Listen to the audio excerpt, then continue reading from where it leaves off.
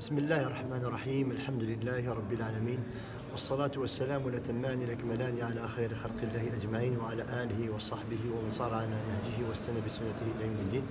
أما بعد, mes chers frères et sœurs, et surtout la communauté de Facebook, YouTube, Instagram, tralala, etc. Assalamu alaikum wa rahmatullahi wa barakatuh. Cette vidéo aujourd'hui, je vais essayer de la faire, on va dire, dans le calme.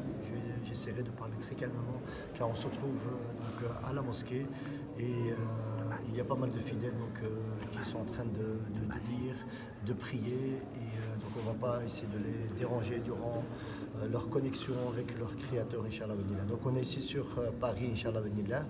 On est, j'ai oublié le nom de la mosquée, à Massy. On est dans le quartier de Massy, la mosquée de Massy.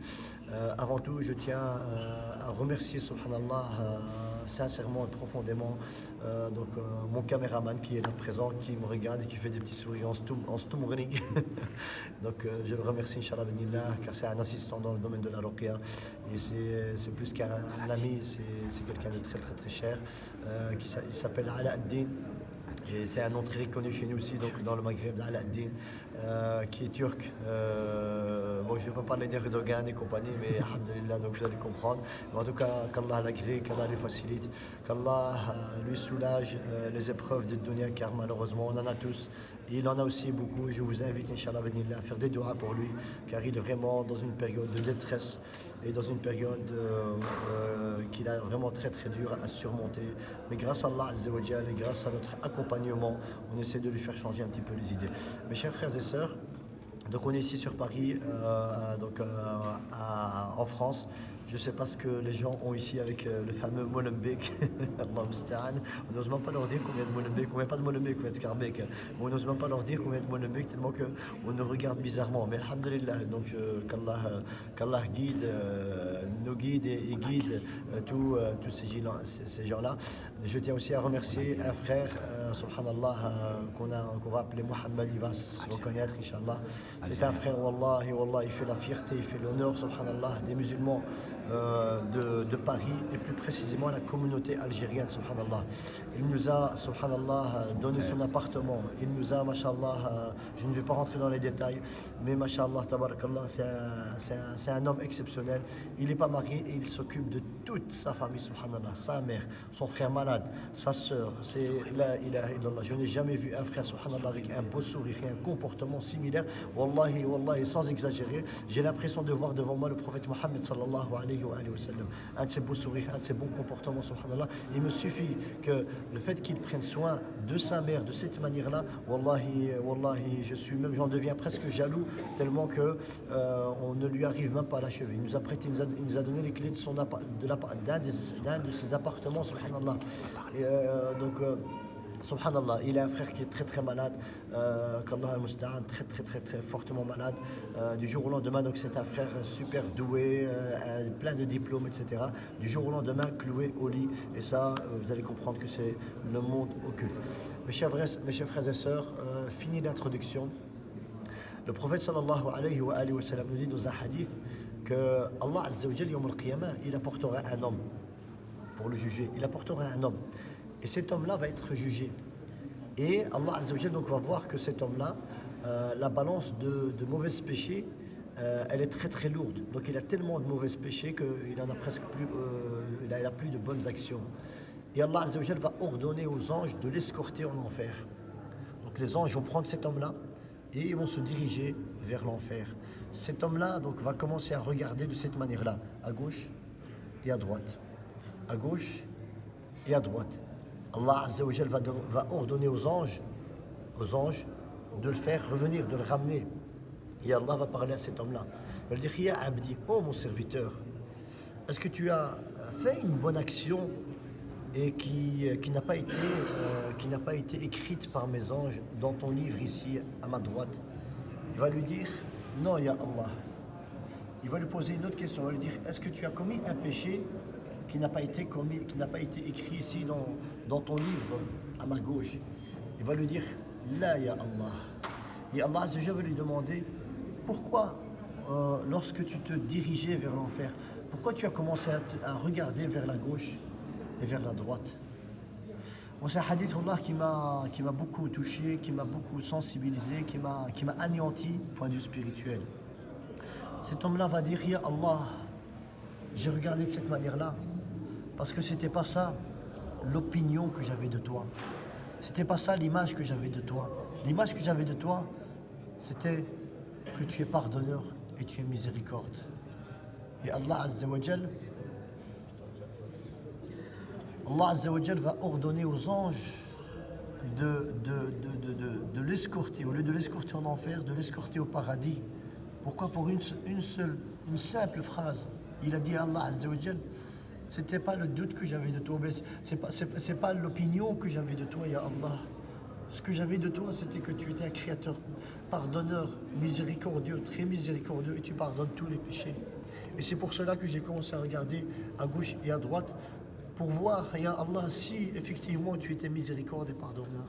Allah Azza wa Jal a pris cet homme-là, et l'a mis au paradis. Subhanallah, Jalla Jalaluh. C'était un homme, subhanallah, qui avait plein de péchés. Il avait plein de péchés. Et malgré cela, subhanallah, il avait un bon soupçon. Il avait, subhanallah, un bon doute. Il doutait d'Allah Azza wa Jal, mais il avait un bon doute. Ayez un bon doute d'Allah Azza wa Jal, mes chers frères et sœurs. Ayez un bon doute. Ne désespérez pas de par vos péchés, de par la grandeur de vos péchés. Allah Azza wa Jal pardonne tous les péchés, mes chers frères et sœurs, quel que soit le degré, la grandeur de ce péché-là, tant qu'il y a un repentir sincère. Mes frères et sœurs, apprenez à aimer Allah. Apprenez à aimer Allah. On prétend l'aimer, mais on ne l'aime pas comme il se doit. On prétend avoir la crainte d'Allah, mais on ne le craint pas comme il se doit. Comment voulez-vous aimer Allah si je ne le connais pas? Comment voulez-vous craindre Allah si je ne le connais pas? Comment voulez-vous avoir espoir en Allah Azza wa Jal alors que je ne le connais pas? Et là, on a, subhanallah, les 99 attributs d'Allah Azza wa Jal. Ces 99 attributs d'Allah, il faut les décortiquer. Il faut les décortiquer, il faut les étudier, les connaître par cœur et connaître leur sens, leur signification. Toute personne qui connaît les 99 attributs d'Allah Azza wa Jal connaîtra ou bien aura un aperçu de qui est Allah Azza wa Jal. Allah Azza wa Jal, vous quand vous dormez la nuit, Allah Azza wa Jal vous pardonne durant cette nuit-là. Quand vous vivez la journée, Allah Azza wa Jal vous pardonne durant cette journée-là. Et je vais terminer, pour ne pas faire une longue vidéo plutôt, je vais terminer avec un très très beau hadith. Le jour du vendredi, c'est la fête des musulmans. Le jour du vendredi, Allah Azza wa Jal a créé Adam.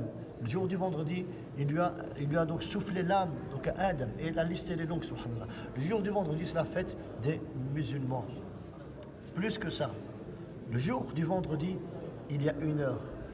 Il y a une heure, tout croyant, musulman, qui invoque Allah Azza wa Jal, quelle que soit la demande, illa stujiba lah, illa Allah Azza wa Jal exaucera et te donnera ce que tu auras demandé durant ton invocation.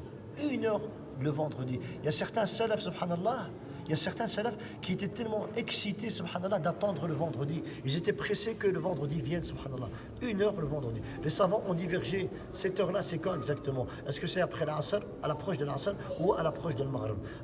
La plupart des savants disent que c'est une heure avant Al-Maghrib. Donc une heure avant Al-Maghrib, l'invocation, elle est exaucée. Mon frère, ma soeur, quand il va rester une heure avant le Maghrib, essaye de t'isoler dans un endroit, seul, toi avec Allah. Mets la connexion entre toi et Allah Azza wa Jal.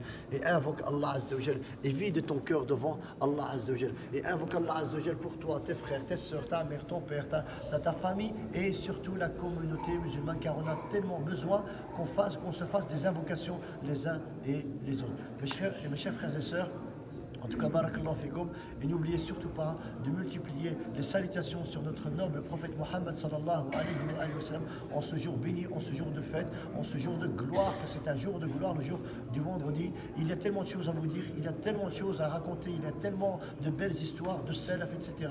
Mais le but, ce n'est pas d'en faire une conférence, des petites séquences de 5, 10, 15 minutes maximum. Et, alhamdulillah, Allah Azza wa Jal mettra de la baraka. Il vaut mieux peu et que ça rentre, subhanallah, que trop, et que ça rentre d'une oreille, ça sort de l'autre côté. Donc c'est barakallahu fikoum. Donc vous êtes en direct de la mosquée de Massy. de Paris avec le frère Abdelkader et avec mon assistant Ala Ad-Din qui sera, Inch'Allah, un futur grand raqi turc, Inch'Allah. Un futur grand raqi turc, Inch'Allah. On est en train de le former, Inch'Allah. La guérison de toutes ces familles.